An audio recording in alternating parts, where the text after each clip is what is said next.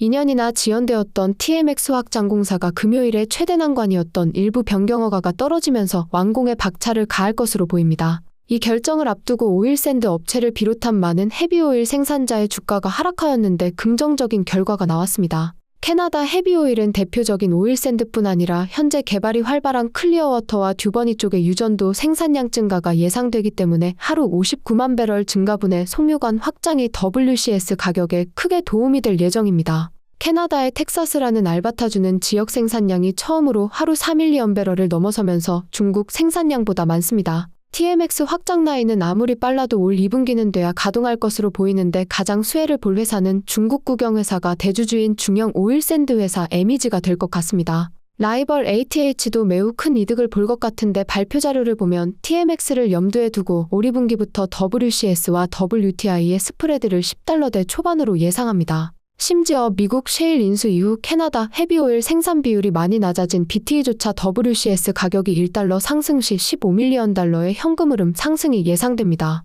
현재 유가 기준으로 EV 대비 현금 흐름 멀티플로 보면 SU 대비 라이벌 CVE가 얼마나 저평가로 거래되는지 알 수 있습니다. 현재 낮은 유가에서도 멀티플이 3배가 안 되는 회사들이 있지만 회사 규모 차이로 보면 CVE가 정말 저평가로 보입니다. SU와 비교하자면 CVE는 다운스트림의 정유소 실적이 정말 아쉽습니다.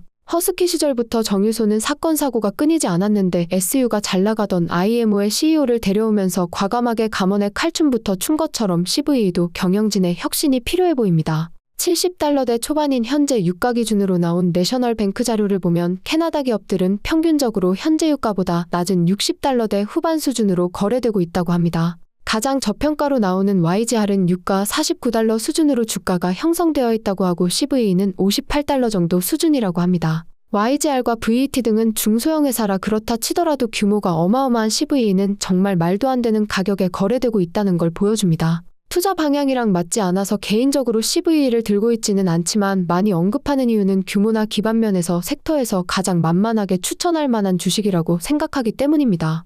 CVE는 꾸준하게 자사주와 워렌트를 매입하는 중입니다. 작년 4분기부터 내부자들이 대량으로 사들이는 중이고 특히 CEO는 21에서 22 캐나다 달러에서 꾸준히 사들이고 있습니다. 개인적으로 회사 규모도 있는데 부채 목표를 굉장히 낮게 $4빌리언 달러로 잡은 건 너무 타이트한 것 같습니다. 올해 가장 큰 궁금증 중 하나는 PBRA와 EC의 배당률이 될 것 같습니다. 지난 2년 동안 굉장히 높은 배당을 줬던 두 회사인데 현재 주가 기준으로 올해 20% 이상 줄 수 있을지가 궁금합니다. 많은 전문가가 최근 주가가 많이 올라서 20% 넘는 배당은 힘들 것으로 내다보는 것 같습니다. 골드만삭스는 피어그룹에 비해 PBA를 여전히 저평가로 보고 있으며 올해 배당 예상을 현재 주가 기준 최소 11%에서 최대 18% 정도로 예상하는 것 같습니다. PBR은 최근 해외 재생에너지 투자를 포기하고 주로 브라질 내의 신규 프로젝트와 적도 지역 탐사에 초점을 맞춘다고 발표했는데 아마도 투자자들에게는 최고의 소식 같습니다. WTI 유가 시장의 순매수 포지션은 여전히 2016년 바닥 수준에 머물러 있습니다.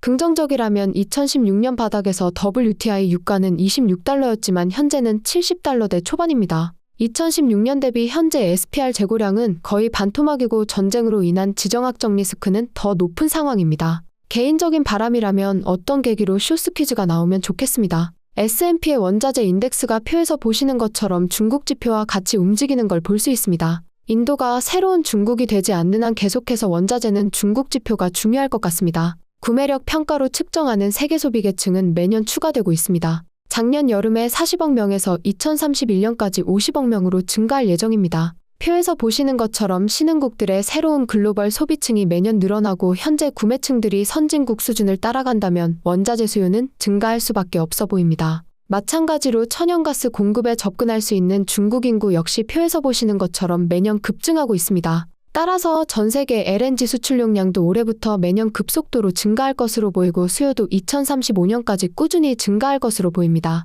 이 표는 요즘 논란이 많은 미국의 원유 생산량 증가 그래프입니다. 파란색은 미국에너지부가 발표하는 미국 생산량 그래프이고 초록색은 베이커휴즈가 발표하는 미국의 굴착기 숫자입니다. EIA의 집계 방식이 바뀐 이후부터 확연히 다른 길을 가고 있습니다. 베이커휴즈가 시추 공수를 거짓말할 일이 없다면 EIA에서 구라치는 것일까요? 일부에서는 기술 신이라고 하는데 갑자기 외계인을 납치한 것일까요? 또 대박난 미국 셰일오일 생산량 2배 뛰었다라는 제목으로 3프로TV에서도 2주 전에 방영되었는데 수평 시추 길이가 늘어난 건 사실이지만 이 기술이 새로운 기술도 아닐 뿐더러 기술 혁명이 사실이라면 셰일 업체들의 더 좋은 소식이 아니냐는 의문이 듭니다. 페루 정부는 국영기업인 페트로페루에 대한 새로운 재정 지원을 고려하고 있다고 고위 관계자가 목요일 밝혔습니다. 특히 탈라라 정유소의 원유 처리 용량을 30% 늘리는 현대화 작업을 하면서 예측보다 25% 추가 지출이 발생하면서 추가 재정이 필요한 상황입니다. 페루 최대 원유 생산자인 페트로탈은 하루 2만 5천 배럴의 수송이 가능한 OMP 송유관을 사용했었습니다. 하지만 현재 사용하지 않는 이유는 두 가지인데 첫째는 특정 지역의 송유관이 그 지역 갱들의 공격으로 파손되었고 둘째는 재정이 어려운 페트로페루가 여러 가지 이유로 판매 대금 지급을 지연했기 때문입니다. 현재 파손된 송유관은 완전히 복구되었기 때문에 기술적으로 사용하는 데는 문제가 없지만 두 번째 이유로 사용하지 않고 있습니다. 페루의 주요 정유소가 업그레이드되어서 처리 용량이 늘어났고 결제 문제만 잘 해결되어서 다시 OMP 송유관을 사용하게 된다면 건기 동안 아마존강의 수위 문제는 단숨에 해결할 수 있습니다.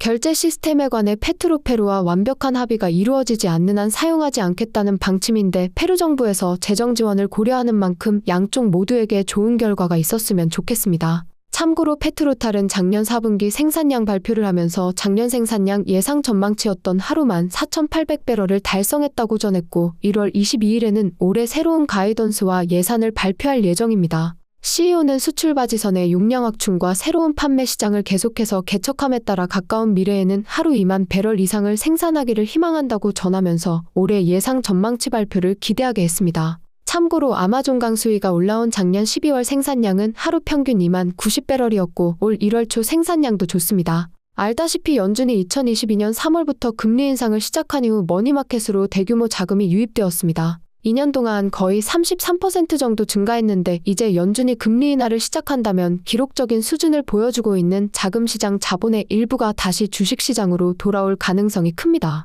실제 일어난다면 어느 섹터로 유입될지 궁금합니다. 개인적으로 이미 꼭대기를 찍고 있는 위험한 곳보다는 안정적인 배당을 주는 곳으로 갈 것 같습니다. 미국의 CPI 수치가 다시 상승하면서 3월의 첫 번째 금리 인하를 시작으로 7번의 금리 인하를 기대하던 시장 입장에서는 찬물을 뒤집어 쓴 분위기입니다. 3월 금리 인하는 작년 말에 90%에서 올해 초에 70%까지 떨어졌는데 이번 CPI 발표 이후 40% 밑으로 떨어졌습니다. 바이든은 물가를 잡는다고 유가만 패고 있는데 사실 근원 소비자 물가가 2021년 5월 이래 2년 반 만에 처음으로 4%로 내려갔다고 하지만 자세히 뜯어보면 주거 렌트비나 중고차 가격 그리고 자동차 보험은 오히려 전달보다 올랐습니다. 결국 쉘터와 서비스 쪽 물가를 잡지 않는 한 70년대처럼 여러 차례의 인플레이션 파도가 칠 가능성이 있습니다. 미국의 주택담보대출은 장기로 많이 묶여있다고 하는데 캐나다는 올해부터 3년간 상당량의 고정 이자율 모기지가 만기가 됩니다. 몇 달 전에 비해서는 상황이 나아졌지만 기준금리가 내리지 않는다면 부동산 시장에 카오스가 올 가능성이 큽니다. 캐나다 중앙은행 자료를 봐도 5년 이상 장기 고정 모기지를 갖고 있는 캐나다 사람 중 20%만 기간이 끝나면서 높은 이자율로 인상되었지만 2025년까지 이 수치는 70%까지 급등할 거로 보입니다. 다시 말해 정말 운 좋게 금리 인상 직전에 갱신한 30%만 빼고 대부분은 조만간 엄청나게 높은 이자율로 다시 모기지를 갱신해야 한다는 의미입니다. 캐나다 경제의 부동산이 차지하는 비중이 어마어마하기 때문에 물가 상승 문제가 여전하지만 정부에서 가만 보고 있을 가능성이 적습니다. 특히 현재 자유당 정부의 인기가 세 번째 정당인 NDP에게도 밀릴 수 있다는 위기감 때문에 더욱 그렇습니다. 부동산을 보유하지 않으신 분들은 폭락하길 바랄 수도 있지만 정부가 혼란을 미연에 방지하기 위해 금리를 내릴 가능성이 커 보입니다. TNT의 CEO는 많은 양은 아니지만 1월 11일에 주당 9.8 캐나다 달러 정도의 자사주를 다시 사들였습니다. 3월에 패드에서 금리를 내리지 않을 가능성이 크고 그렇다면 최근에 많이 오른 리츠 주식들도 일시적으로 조정이 올 수도 있습니다. 물론 누구나 예상할 수 있는 시나리오는 항상 역으로 반응하는 경우가 많습니다. 개인적으로 TNT는 현재 정지된 배당을 재개한다는 발표가 예상되는 5월 전에 조정이 올 수도 있다고 생각합니다. 배당 재개 확정 전까지 실적 발표 때마다 배당 예측 관련해서 주가 변동이 예상되고 캐나다 리츠 중에서도 리스크가 큰 만큼 CEO가 구매하는 라인 밑에서 구입하는 게 안전하다고 생각합니다. 오케이, 거기까지.